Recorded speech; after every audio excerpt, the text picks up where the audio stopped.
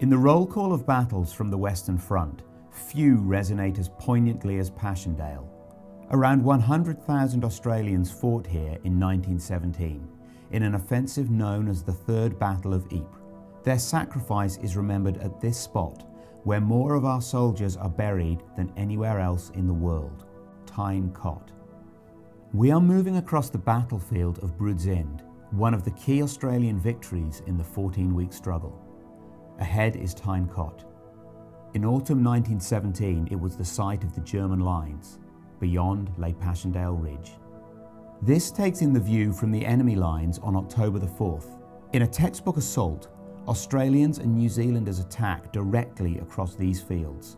Individual acts of courage stand out. Sergeant Lewis McGee takes out an enemy position over here to our right. Now, face the cemetery. McGee is killed just days later, a few hundred meters away, without knowing his bravery had earned the Victoria Cross.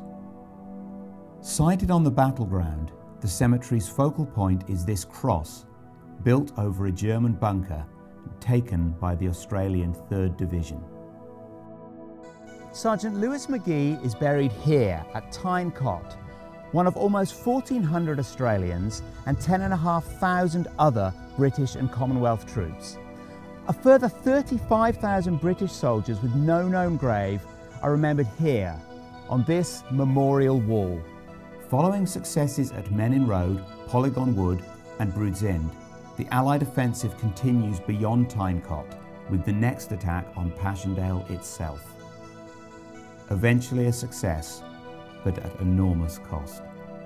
That loss of life is remembered here in Ypres at the Menin+Gate, a memorial to the thousands of men whose bodies were never recovered.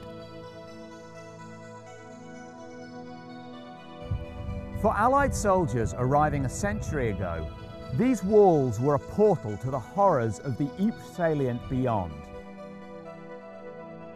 After the war, this site was chosen for a memorial to the missing. Soon after the gate's completion in the 1920s, an extraordinary and moving ritual began. Every evening, whatever the weather,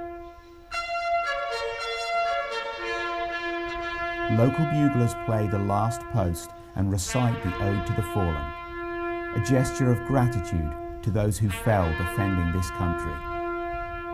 It was stopped only during the German occupation of World War II and began again the first night the city was liberated.